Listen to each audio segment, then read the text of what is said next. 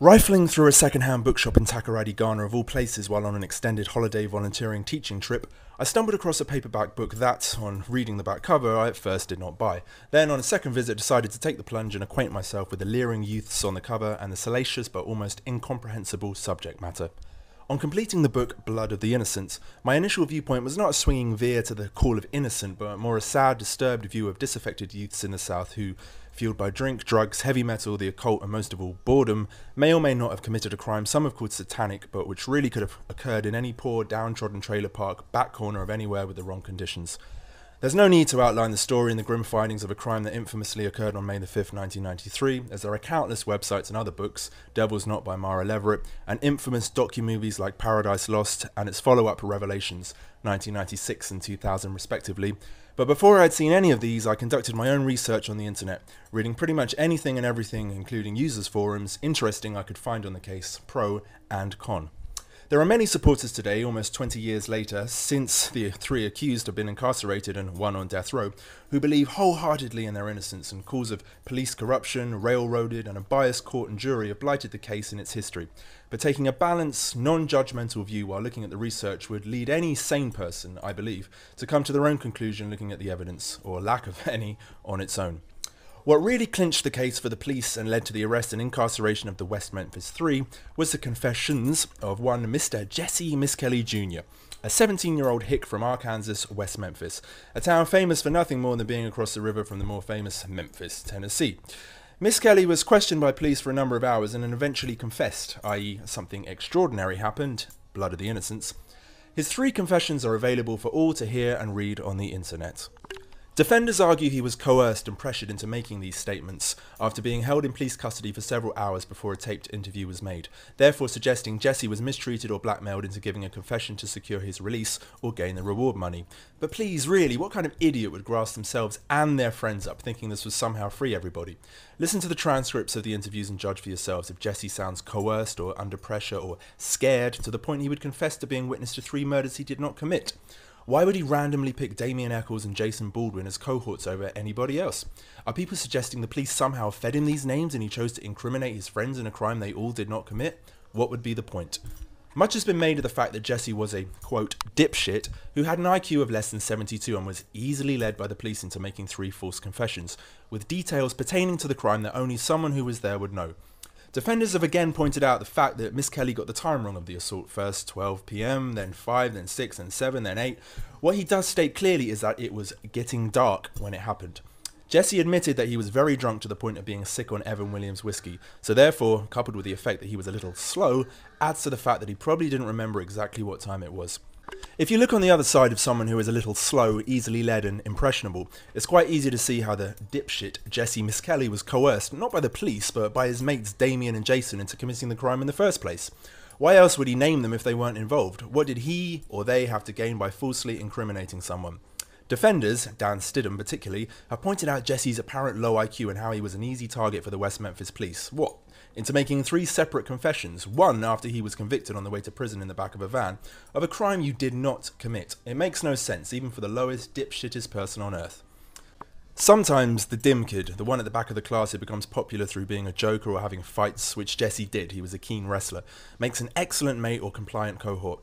They are easily led and will do things without thinking, like smashing Coke bottles with his fist to show how tough he was, one of Jesse's habits, despite being only 5 feet tall. In terms of telling the truth also, someone who is considered a little slow as opposed to full-blown mentally retarded, which he is not, is more likely to tell the truth, not because they are pressured or forced to falsely confess, but because they don't have the mental capability or cleverness which is required to be a good liar. Eccles did, whether he was guilty or not, and Baldwin didn't even testify in court, which suggests equally he could be guilty or innocent. Why, if you have nothing to hide, would you not take the stand? Surely you would be angry as hell if you were falsely accused of such a serious crime you did not commit, and were facing the death penalty or the rest of your life in prison. Ambivalence or nonchalance would at best describe the attitudes of Eccles and Baldwin throughout Paradise Lost, 1996, while Miskelly remains his jovial southern hick self.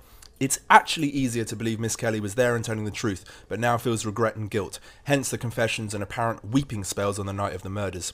Miskelly also had his head slumped, almost trying to hide under the desk throughout his trial, suggesting not innocence or false accusation, but something else. A guilty conscience? Embarrassment? A desire to get this done and over with, as in his own words, he wants something done about it.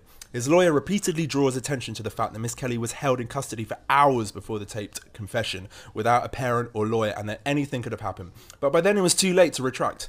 Jesse admitted several times, and apparently still does, confessed on tape and did not contend his guilt. He was sentenced to life, 40 years, plus 2 terms of 20 years each. Eccles and Baldwin were tried together. While Eccles took the stand, Baldwin did not. Much has been made of the fact that there is no evidence that links the West Memphis Three with the heinous crime committed on the 5th of May 1993, but lack of forensic evidence does not, on the other hand, mean that they didn't do it. Circumstantial evidence was used, as well as Miss Kelly's confession in their trial, unofficially, but it was widely known of. The fact that the 3 murdered boys were found hogtied and naked in water, with their clothes tied around sticks in the water also, not surprisingly washed away any incriminating evidence they left behind. If they did do it, then they were clever enough or lucky enough not to leave any of their DNA behind by burying everything in the stream, in the ditch, in the woods. Of course there would be no DNA or bloodstains anywhere, or any way of determining the wounds on the bodies after they had been submerged in water all night for 18 hours, leaving it anyone's guess as to who committed the murders. Also, it has been claimed blood from the castration of Christopher Byers would have been profuse, but again this is in the woods by a muddy man-made stream or ditch. It's quite conceivable every trace of the guilty would be washed away, and also any evidence of rape, blood or bodily fluids. Laughably, some are now claiming the obvious castration of Christopher Byers' penis and testicles was caused by a snapping turtle. A very hungry and specific snapping turtle, I would say. Baldwin allegedly confessed one-to-one with Michael Carson, a petty burglar who apparently had nothing to gain by testifying, where he admitted putting the balls in his mouth and sucking blood from the penis. This was pretty much all the evidence there was against Baldwin, apart from the fact that he was Eccles' best friend and also liked listening to Metallica and wore black t-shirts. Not a crime in itself, but his disgusting straw-like mullet was. "Look at them, they look like punks," said Pam Hobbs, the mother of murdered Stevie Branch. This didn't help their cause. By the time of the trial, Baldwin's bad mullet had been trimmed to a neat schoolboy cut, cradling his rat-like but apparent sweet and innocent face. He looked pretty incapable of murder, I admit, but couple him with a couple of mates all drinking and smoking and egging each other on like teenagers do, it's not hard to imagine what could have happened.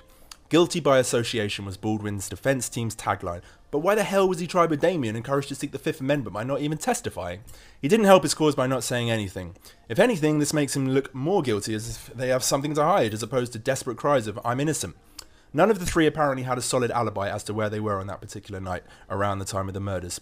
This doesn't mean they did it, it just suggests that if someone could 100% have clarified or shown on CCTV that they were somewhere else at the time, it would have helped their cause. Of course, a mother or parent would always defend their kid under any circumstances and say they were at home with them at the time, as who would want to admit their child had been privy to such a heinous, perverse and disgusting act, but one which could also be viewed as the misfortunate egging on game of 3 seriously disaffected, drunk, bored, outsider teenagers with nothing better to do. The ambivalence and nonchalance of the 3 accused also suggests a not complete absolvement of guilt, as surely you would profess loudly if you were innocent, have a decent alibi and not stare at the floor or look around with a sullen expression, or in Miss Kelly's case, slumped head on the desk, if you had nothing to hide. Jason Baldwin looks positively scared throughout, like a rabbit caught in the headlights knowing it's fucked. On being sentenced to death by lethal injection, Damien stares blankly, blinking ahead with no expression. He does not fall to the floor screaming or crying or shouting, "I'm innocent!" On being sentenced to death for a crime you did not commit, surely would provoke some kind of reaction. On being sentenced, all 3 are motionless and expressionless. No mean feat considering one has been sentenced to death and the other 2 to life without parole. Damien did not help himself when questioned about his occult leanings. When asked if he was familiar with Aleister Crowley, he replied he was familiar with who he was but had not read any of his writings, despite a book of Crowley's being found in his possession. When it was then proved Damien had written, in a secret occult alphabet, his name, Baldwin's and Crowley's names on a piece of paper while incarcerated did not help his cause. Being interested in the occult alone does not mean Eccles was guilty of the murders, but he did not deny his interest, and the fact that he had also been committed to a psychiatric ward and was on medication, as well as his apparent love of sacrificing dogs and other animals, did not look good or help his cause. The real clincher for some though was Damien's statement of, "People will remember me forever. I'll be like the West Memphis boogeyman. Even after I'm dead, parents would tell their children not to look under the bed in case Damien is there." Is not an admission of guilt as such, but more a resignation to his fate, as he says it with a smile on his face. Surely he would have protested his innocence rather than cock-handedly smoke a cigarette and smirk how he enjoyed the attention bestowed upon him. Of course now, Damien and Baldwin protest their innocence wholeheartedly and with much celebrity support. They are lucky no evidence linking them directly to the crimes was left or washed away, and without Miss Kelly's confessions they might not even be in prison at all. Miss Kelly was apparently offered a deal and a more lenient sentence if he testified against his former friends at their trial, but being a good old southern boy and not wanting to snitch on his mates, he did not. No one likes a grass, and in Miss Kelly's simple mind, he probably thought he'd already done society a favour by fessing up to the cops. He was probably too dumb to even realise his statements were being recorded and would be played back to his detriment in court. It seems Miss Kelly trusted the cops more than even his own lawyers, who repeatedly beg him not to make a statement as it may harm his defence numerous times, but he does so anyway. Why would you do this in front of your lawyer if you were being harassed or pressured into making a false statement? That's what lawyers are for, to tell you not to say anything. On watching Paradise Lost, it seems the defence lawyers did a pretty good job, or as best they could considering the circumstances and Miss Kelly's unhelpful confessions, which were not allowed to be used in evidence against Eccles and Baldwin, which were shown to the jury anyway, obviously swaying their decision. They probably could not have convicted them otherwise. The whole case has the air of a good old traditional circumstantial evidence witch hunt, except in this case the circumstances around the three and their previous behaviour points to a strong culpability, and evidence of having frequented the woods and getting drunk and having orgies there. Maybe they were no different to any other disaffected teens looking for the next thrill.